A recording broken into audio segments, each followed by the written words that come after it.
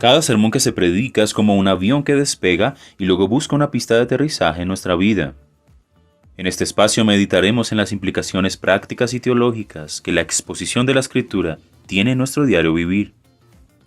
Bienvenidos a El Aterrizaje.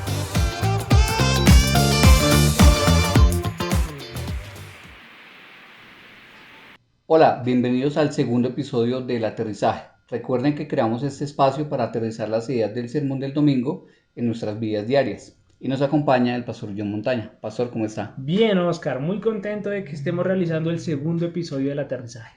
Qué bueno, pastor. Bueno, el domingo tuvimos un sermón sobre Santiago capítulo 2 y el título era Una fe viva. Con respecto al sermón me gustaría preguntarle cuál debe ser la motivación detrás de las buenas obras. Bueno, no sé si de pronto la gente lo recuerde. En un momento yo decía que a veces nosotros podemos hacer obras correctas con una motivación incorrecta y daba el ejemplo de que muchas personas podrían llegar a pensar, ya no tengo alternativa, voy a tener que ayudar a una persona necesitada o que esté en necesidad porque si no las personas van a tener que cuestionar o van a cuestionar mi fe, a ver si mi fe es verdadera. Y muchas personas pueden tener una motivación como esa al momento de ayudar a una persona en necesidad. Y eso no solamente lo vemos dentro de la iglesia, sino también en el mundo. Por ejemplo, hay empresarios que abren una fundación o apoyan una fundación económicamente porque al ayudar a alguien, ellos se van a ver beneficiados en los impuestos, van a disminuir los impuestos. Eso por un lado, ¿no? También vemos a, por ejemplo, personas, youtubers o instagramers que de repente ellos hacen buenas obras, van por la calle ayudando a personas en necesidad, les regalan un mercado, pero eso tiene su beneficio personal porque su popularidad aumenta y su imagen ante los demás también. O hay personas cuya motivación de ayudar a los pobres es que creen que de pronto al ayudar al necesitado, al ayudar a la persona que está indefensa, se van a ganar un pedacito de cielo. Entonces son personas que pueden tratar mal a la esposa, pueden tratar mal a los hijos o le pueden ser infiel al esposo, lo que sea, pero creen que al ayudar al necesitado, entonces ya con eso han llegado a alcanzar la salvación o han llegado a realizar buenas obras o obras de una fe viva. Pero eso no funciona así. Cuando nosotros hablamos de la verdadera motivación, nos damos cuenta que la verdadera motivación de las buenas obras es lo que Cristo ha hecho por nosotros. Esa es la verdadera motivación. Lo que Cristo ha hecho por nosotros es lo que nos impulsa a ayudar al necesitado. Y quisiera leer un pasaje muy breve, Oscar, que se encuentra en Primera de Juan, capítulo 3, del versículo 16 al 17. En esta sección de la carta, el apóstol Juan nos está hablando acerca de la diferencia entre los hijos de Dios y los hijos del diablo. Y nota lo que él dice en estos dos versículos. En esto conocemos el amor, en que Él puso su vida por nosotros. También nosotros debemos poner nuestras vidas por los hermanos. Pero el que tiene bienes de este mundo y ve a su hermano en necesidad y cierra su corazón contra él, ¿cómo puede morar el amor de Dios en él? Entonces, una de las características de los hijos de Dios es que cuando ayudan al hermano, lo hacen en amor porque Cristo dio su vida por nosotros. Entonces, si Cristo ha dado su vida por mí, yo voy a dar mi vida por los demás. La motivación es lo que Cristo ha hecho por mí, no lo que yo voy a alcanzar por mis buenas obras. No es si mis ingresos o mis impuestos disminuyen o si mi popularidad aumenta. Es lo que Cristo ha hecho por mí lo que me motiva de alguna manera a ayudar al necesitado. Y yo creo que eso es consecuente con creer que la salvación es por gracia y no por obras. Una persona que cree que la salvación es por obras, lo que hace básicamente es hacer buenas obras porque va a ser recompensado por esas buenas obras. Pero aquellos que creemos en la fe por gracia, hacemos las cosas desinteresadamente. ¿Por qué? Porque Cristo ya nos ha salvado. Cristo ha hecho algo extraordinario por nosotros, lo que por misericordia hemos recibido, por misericordia y gracia damos. Qué bueno, pastor. Escuchando el pasaje que nos leyó, recordaba algo de la semana pasada y era que el Evangelio inicia y comienza en Cristo. La iniciativa fue de Dios. Entonces vemos que Él nos amó primero y la Biblia lo dice así, que nosotros lo amamos porque Él nos amó primero. Entonces podemos ver que estas buenas obras, la motivación de las buenas obras es que Él ya hizo buenas obras por nosotros primero. Exactamente. Todo empieza con Dios. Todo empieza con bien. La segunda pregunta que me gustaría hacerle es, ¿qué diferencia hay entre la fe viva y la fe muerta, pastor? Bueno, podríamos dar varios ejemplos acerca de las características de la fe viva y la fe muerta, pero en especial quiero resaltar una que se menciona allí en Santiago, capítulo 2, versículo 20 o 18 al 20, y es cuando Santiago habla de la fe de una persona y dice, bueno, ¿tú crees que Dios es uno? Eso está bien. Los demonios creen que Dios es uno y tiemblan ante él.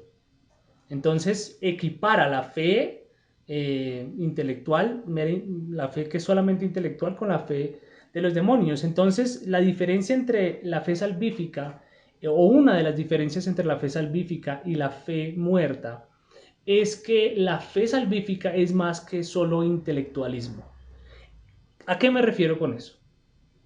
Cuando digo que la fe verdadera es más que solo intelectualismo, es que va más allá de tener la doctrina correcta. Los demonios saben que Dios es uno, los demonios tiemblan ante Dios, pero los demonios no tienen una fe verdadera. Los demonios no tienen una fe salvífica, no tienen una fe fértil. Entonces, cuando una persona solamente ha aceptado intelectualmente lo que Dios ha hecho y acepta en su mente verdades acerca de Dios, no significa eso completamente que la persona ha sido salva.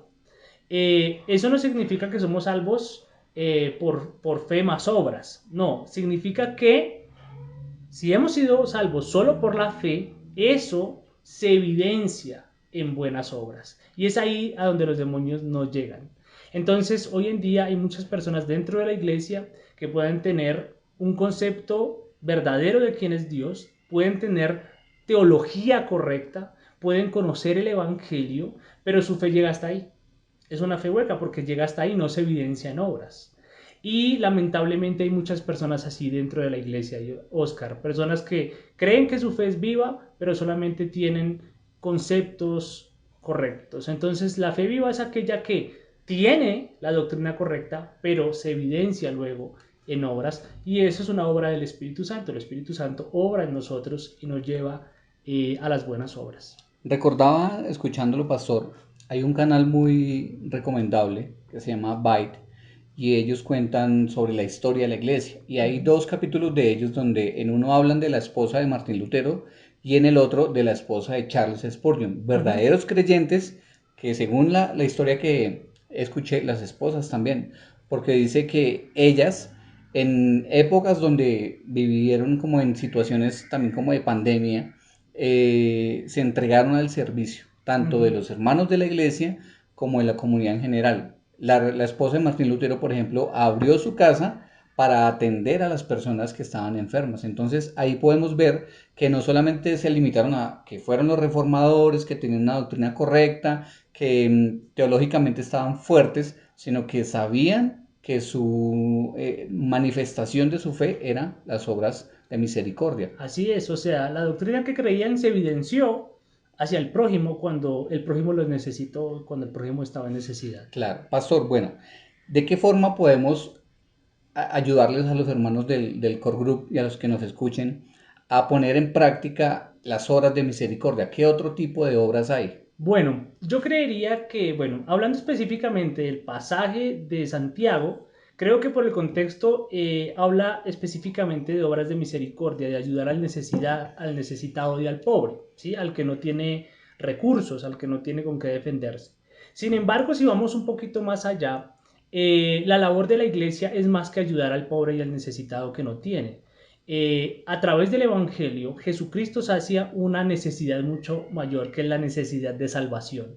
Entonces, Cristo no solamente vino a hacer milagros y a darle de comer al hambriento, y eso fue importante, sino que también vino a proclamar el Evangelio de salvación. Entonces, creo que como creyentes deberíamos estar pendientes de eso. ¿Qué necesidades espirituales tienen las personas que necesitamos? Y cómo a través del Evangelio podemos ayudarlos, y también qué necesidades físicas tienen ellos y cómo podemos ayudarlos. Yo creo que si pensamos de esa manera estamos imitando a Cristo, porque Cristo vino a traer salvación, ayudar al que estaba perdido, al pobre espiritual, el que está en bancarrota espiritual, pero también ayudó al hambriento, al enfermo, al que estaba necesitado, y de esa forma él hizo misericordia, tuvo misericordia. Yo creo que haríamos bien como core group y como creyentes de hacer lo mismo, pensar qué necesidades espirituales tienen mis hermanos y cómo las podemos satisfacer a través del Evangelio, y de la misma manera cómo podemos hacer obras de misericordia con el que no tiene. Recuerdo un pasaje que está en Hechos 2, donde dice que la iglesia primitiva tenía en común todas las cosas y que compartían el pan, la parte física, y las oraciones, por ejemplo, la parte espiritual. Es la forma como debe obrar una iglesia con el Evangelio, centrada en el Evangelio. Así es, Oscar. Entonces creo que haríamos bien en imitar a Cristo en esos dos aspectos. Qué bueno, pastor. Bueno, muchas gracias, pastor, por acompañarnos. A ti, Oscar, por el espacio y el tiempo. Y bueno, espero que la gente siga conectada con los episodios de El Aterrizaje. Ok, bueno, hermanos, muchas gracias por escucharnos. Recuerden que cada 8 días vamos a estar en este espacio y vamos a reflexionar sobre el sermón que tengamos cada domingo. Muchas gracias y que el Señor los bendiga. Bueno, Oscar.